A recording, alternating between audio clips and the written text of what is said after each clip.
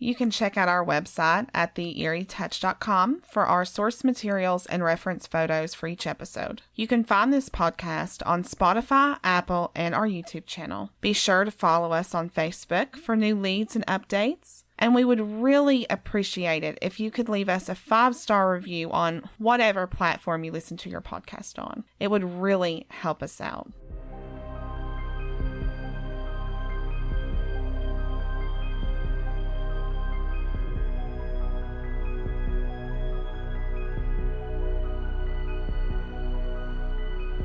Hey y'all, I'm your host Gabrielle.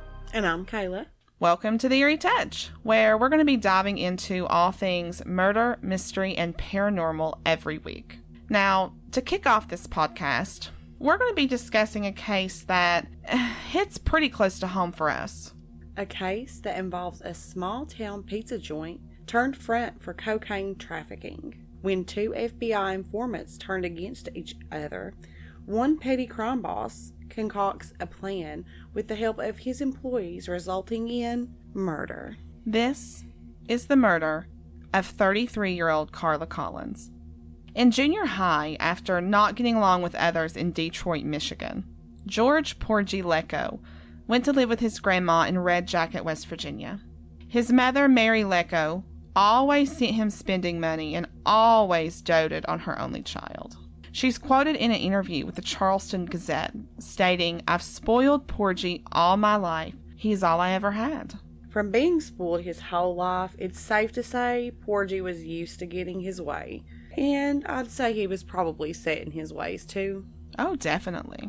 So, it's no surprise when Porgie spent a year in prison in 1990 for a cocaine conviction that he came out an unchanged man. As it turns out, Porgie was set in his ways. Unlike most who spend time in prison and get out, they at least tried to do better, but not Porgie. The way he looked at it was he had an entire year to learn from his previous mistakes as to not make them again. That's right. His year in prison was spent dwelling on how to fool the police and get away with his get-rich cocaine scheme and a nasty drug habit. And for a while, he did exactly that. But like most things that seem too good to be true, it was. Back in its heyday, Southern West Virginia was known as the heart of the billion-dollar coal field. Back then, jobs could be found everywhere. Businesses boomed and towns flourished, but soon enough, little towns in southern West Virginia and eastern Kentucky were brought to their knees when greed and politics took down the coal industry. Matewan suffered tremendously, and when the 77 flood hit, almost wiping Matewan off the map, the U.S. Corps of Engineers came in to build flood walls. The flood wall in Matewan was supposed to separate the town from the mighty Tug River. But in reality, with bad planning and the rerouting of traffic around town, for the most part, it just ended up separating it from the flow that once had its bustling little town. People no longer had to drive through the town of Matewan to get where they were going, so the lack of a busy town had business shutting down. And with the lack of coal and businesses, good jobs were scarce, so as the people and businesses drifted away, there wasn't really anything to do. There wasn't anything to keep people busy, really. So the most convenient form of entertainment emerged, getting high. And this is when Porgie Lecko came up with a deviant little plan to bring back some business and entertainment to Matewan. Porgie opened up his own Pizza Plus in Red Jacket, with good food, fun arcade games, and even putt-putt golf out back.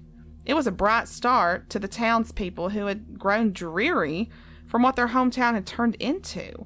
And with every smile that walked through the doors of Pizza Plus, Porgie saw a promising start to the real business he had opened up behind closed doors. Cocaine, pills, weed, bath salts, it didn't matter what you were looking for because Porgie had it all. It was the only place in surrounding areas where you could literally pull up to the drive-through window and get a pizza with a bag of Coke in it. Talk about curbside service.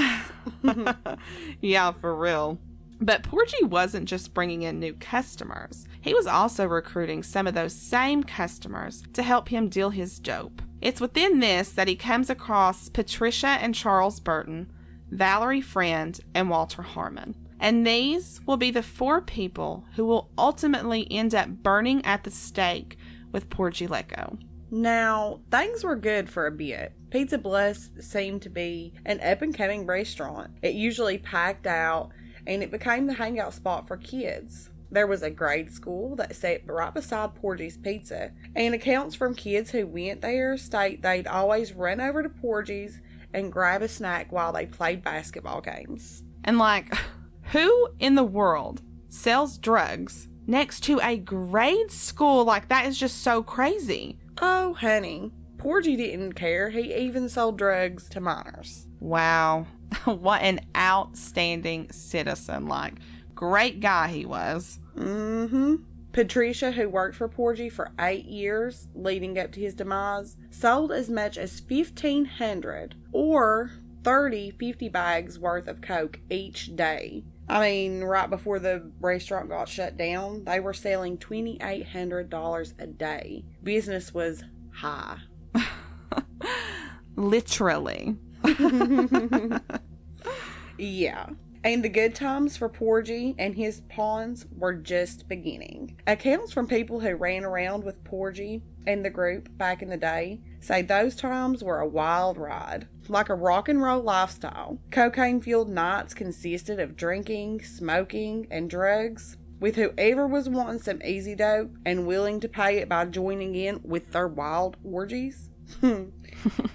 It was nothing to stop by Porgie's Pizza to get your pre-game fix before heading out for a night of partying. I mean, we've talked to numerous people around here that ran in the same circle at some point back then, and all of them said hanging out with Porgie was like being in a movie, like a B-list Pulp Fiction. It would make you forget that you were just someone from a small town, and that intrigued a lot of people. As word of mouth went around Matewan, more and more people were falling victim to the tale of a good time. Though, to those unbeknownst to what was happening under so many noses, this was a chance at a new job, a chance of decent pay in a town that, if you were in the medical field, then it was hard to come across a job that was hiring. I mean, after the coal industry plummeted, the amount of unemployed got so high that the jobs that were hiring, it was like the same equivalence to throwing meat in a lion's den. People who were desperate to bring themselves and their families out of poverty that they fell into so quickly. So to them, this could be a new beginning, which ultimately led to the befriending of 33-year-old single mother of 4, Carla Collins. Carla came from a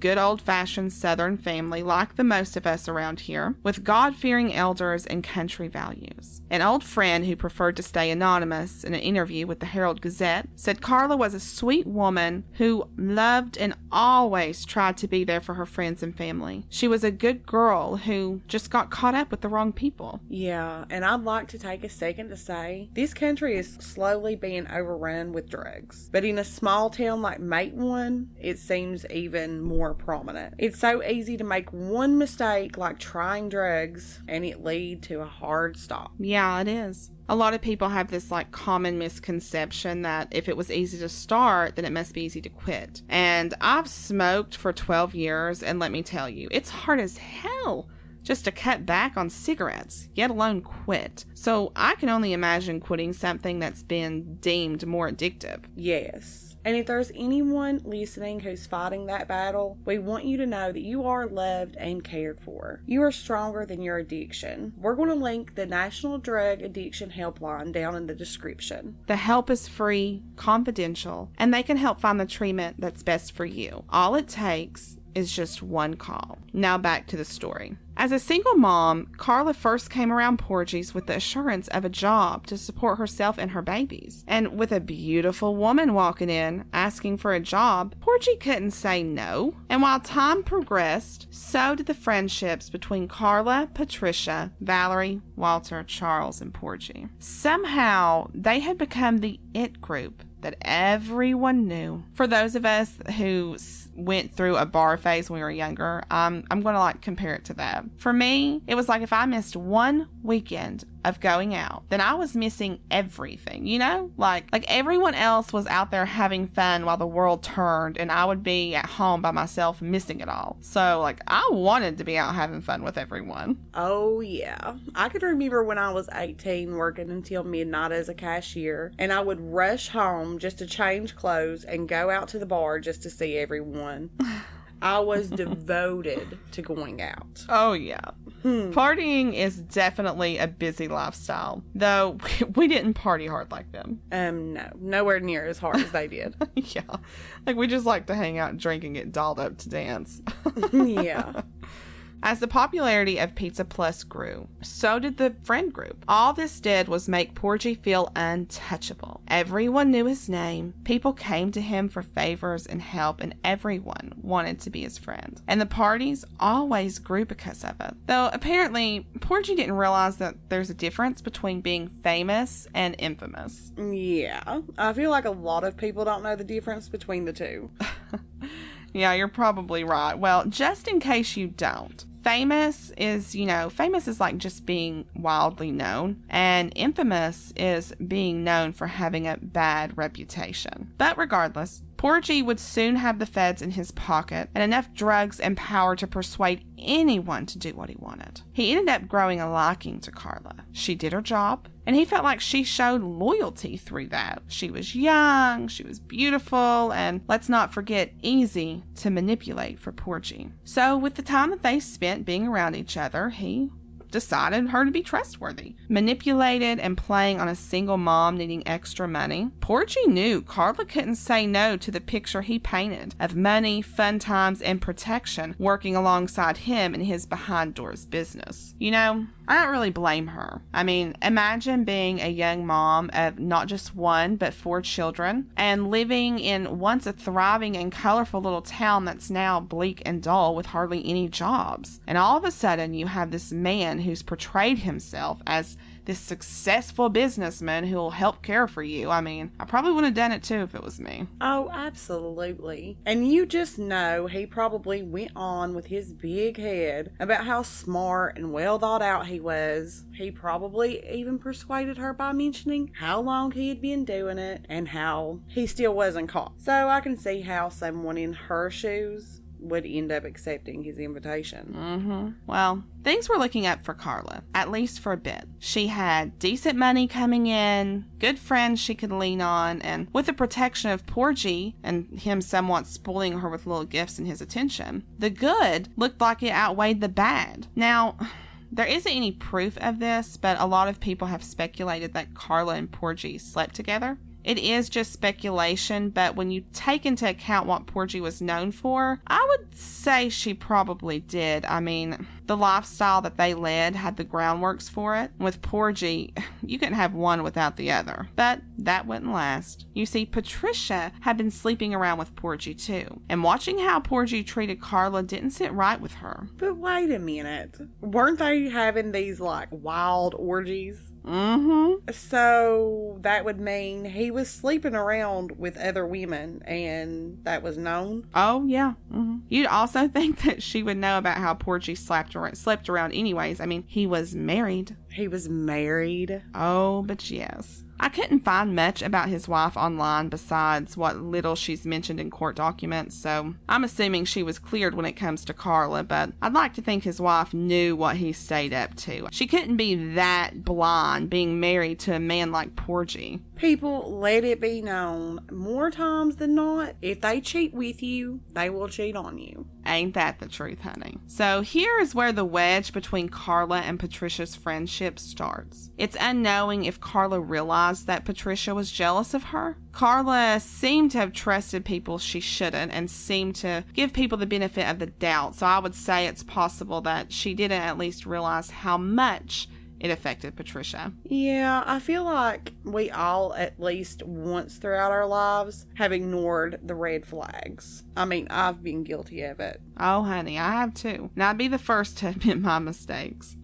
But remember how I said earlier that word of mouth was bringing up business for Porgie? Mm-hmm. Well, business wasn't the only thing it was bringing up. With more and more people handed drugs, you had more and more people getting on police's radar. So much so that local police agencies reached out to the FBI to help search and put a stop at the source of what was causing so much havoc in the small town. It's when the FBI comes in, they come across the man himself. Now, they end up befriending Porgie and talk him into becoming a drug informant with the information that they were actually looking into another dope dealer. And wouldn't you know, Porgie agrees. But did they know that he was selling drugs himself? Honestly, I'm not sure if they were aware in the main beginning of everything, but if they did, they didn't let it be known to him. In the end, Porgie helps the FBI with their investigation. But throughout the years of him successfully escaping the light of police, he still sold drugs out of Pizza Plus the entire time. Wow. I'd say he thought if he had escaped police detection for the years that he had at the time, he probably thought he could outwit the FBI too. Oh, for sure. I just wonder if the thought ever crossed his mind that they may have had just a little inkling of what he was up to. That's a good question. That may have been the reason he talked Carla into working with the FBI too. Wait a second. So Porgie convinced her to become an informant as well? Yep. And looking back at it now, I would say he had her work with the FBI, so if they did start saying things about Porgie, she would let him know. Oh, yeah. That's a good point. But you see, what he didn't know was that things had been coming to light for Carla. What started out as fun and promising had become treacherous and dark. The bad was now outweighing the good. What was once fun had turned into an addiction. The friends she thought she had were slowly lifting their veils. And she was realizing that she was somebody that she didn't want to be anymore, and in a situation that she didn't want to be in. She needed to get out. And according to friends, she had been trying to get out for a while, but each time Porgie or someone else in the group would pull her right back in. So when she agreed to work with the FBI, according to an anonymous post made in December of 2005, which was when blogging was on the case was pretty high, she had decided to make her escape by helping law enforcement. And in the beginning, Carla did just that. She kept Porgie out of the main light by catching others that were just as guilty as him. And in court documents, he tells Judge Copenhaver that Carla had told him she was wearing a wire for state police, but was snitching on others in order to help keep him out of trouble. Now, Carla was going above for the feds and were giving them more information than Porgie ever had, which caused investigators to grow weary of Porgie's informant status. He was providing little information on others and was continuing to sell cocaine out of Pizza Plus. So by this time, the FBI knew he was selling drugs, right? Yes, actually. See, they arrested Porgie in February of 2005, but did admit that they didn't take all of his drugs and money. Instead, they thought by ruling with an iron fist that it would have Porgie actually cooperate for once. But they soon realized, once again, that Porgie, honey, he doesn't change for anyone. So this is when the feds start having Carla collect information on Porgie. And it's that change of direction that ultimately seals her fate. Hardly a month goes by, and according to Patricia, by April, Porgie was convinced Carla was providing police with damaging information about him. It didn't take him long before he was asking Patricia to talk to Valerie about having Carla, quote-unquote, knocked off. In the end, Porgie gives Patricia a .38 caliber revolver, and they start to discuss a plan with Valerie, Walter, and Charles. In court, they all tell similar stories of what happened. In the early morning hours of April 16, 2005, they spent the night driving around Red Jacket and Mate 1, doing bumps of coke, drinking, and getting high in the car. Music was blaring, and Carla was oblivious to what her so-called friends had in store for her. When the early morning hours arose, they began to drive up Double Camp Hollow, and they pull off at this abandoned trailer. Wait a minute. And Carla didn't think it was weird that they were taking her to this abandoned trailer? You know, when I was doing the research for this case, I I couldn't find anything that stated how or what excuse they actually gave Carla to get her into the trailer. Well, it is kind of true that a lot of drug users and partiers go into abandoned places to get high. So maybe that was the case. Yeah, it very well could have been. All I could find in a court transcript was that Carla was walking down the hallway in the trailer towards the rear when Valerie shot her. The bullet ends up grazing the side of her head. And now I do want to go ahead and give a fair warning that what I'm about to say is the actual statements of Valerie and Patricia in court. And to some, it can be very gruesome physically and emotionally.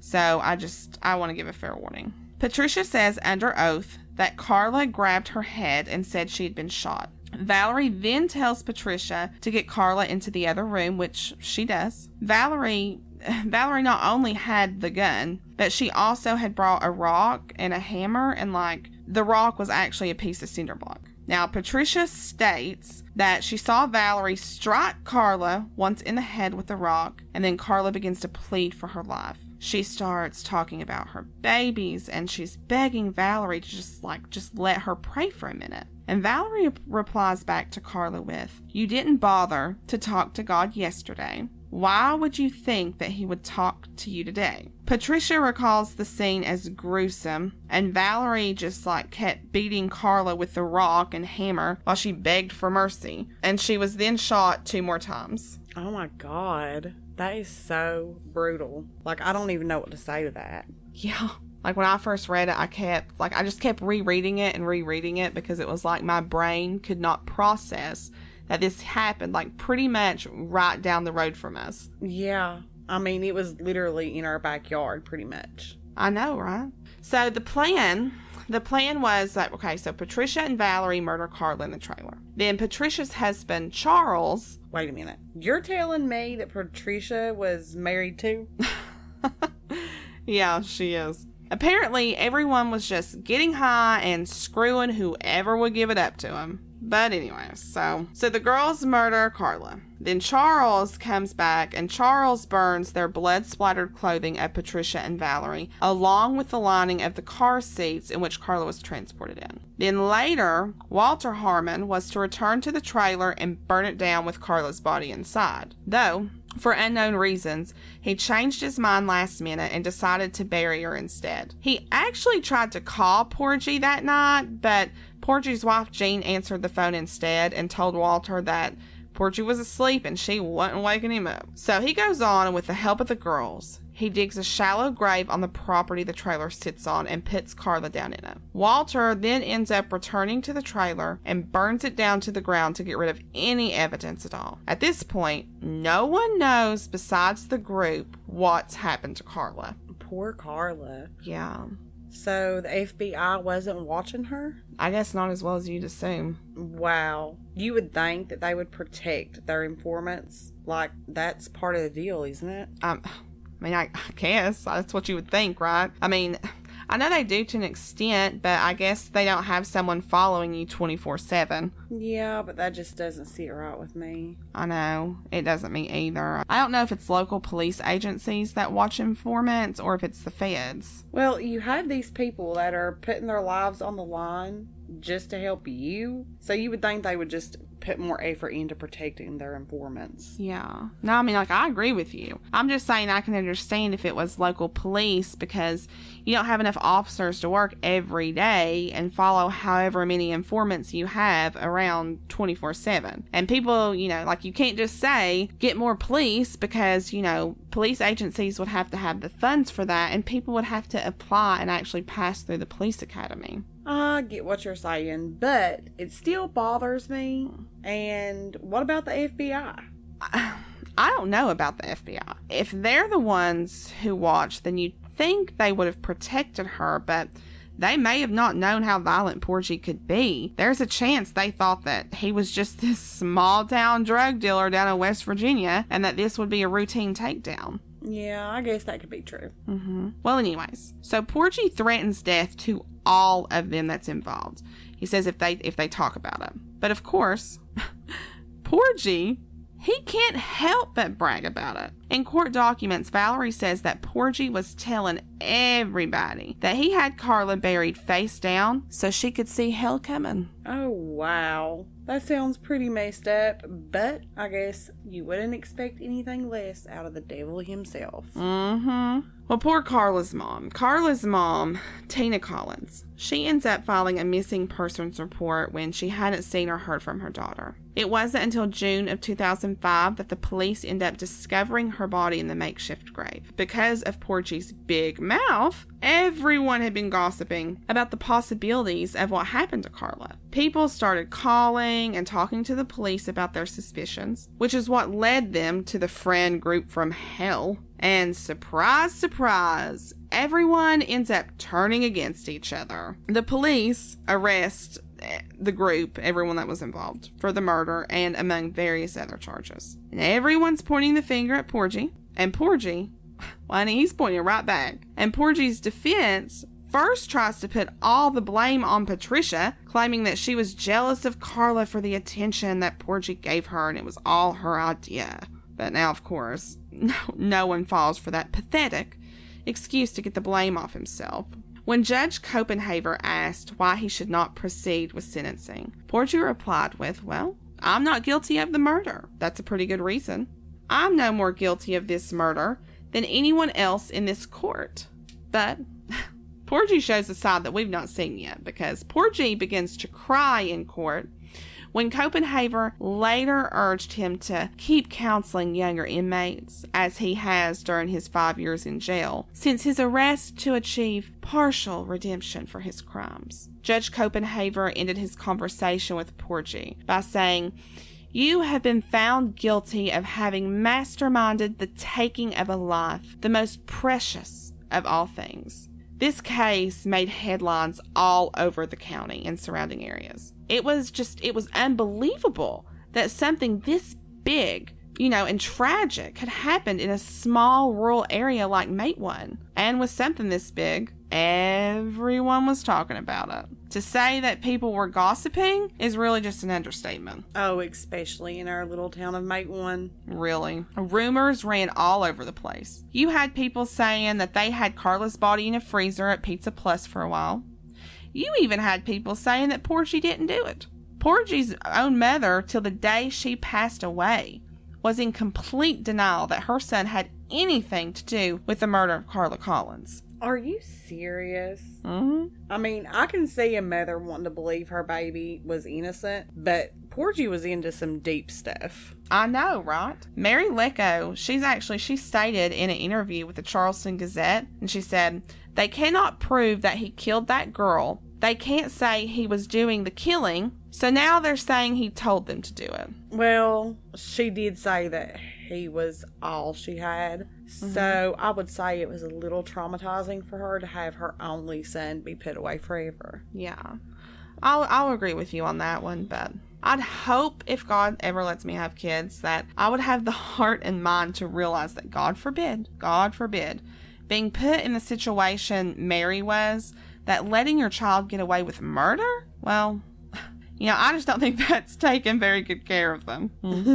But anyways, so there was even one rumor that Carla had been sleeping with a trooper that was on the case. Now, Porgie's defense, oh my God, Porgie's defense logged on to that one, trying to say that, well, the information that Carla had given the police on the drug ring, that it was invalid, and it was all pushed by her trooper love interest.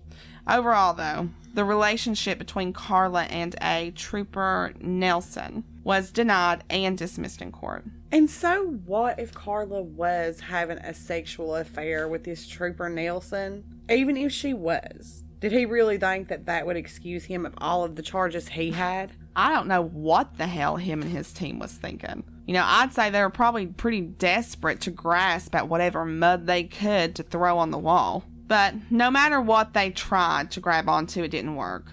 And ultimately, in the end, the sentences are as followed regarding the death of Carla Collins and all of those involved. George Porgie Lecko received 2 life sentences plus 5 years. Patricia Burton received 30 years. Walter Harmon received 6 years. Valerie Friend received 35 years. And Charles Burton entered a guilty plea for obstructing an investigation by his part, and he received 2 years. Now, everyone that was involved, they're all serving. They're either still serving or have served their sentences in federal prison. But at the end of the day, a woman lost her life for trying to do the right thing. I mean, she was a mother, a daughter, a friend, and she was taken advantage of. And though I'm glad that her killers were caught, that still can't bring Carla back. No, it can't. A mother had to continue life without her daughter, and the 4 children that Carla had to grow up without their mother. Mm-hmm. That alone is a tragedy within itself. Yes, it is. And as Porgie Lecko has dwindled away behind bars, it's when he meets his maker that he will truly answer for his sins. Again, I'm your host, Gabrielle. And I'm Kayla. We'll talk next week.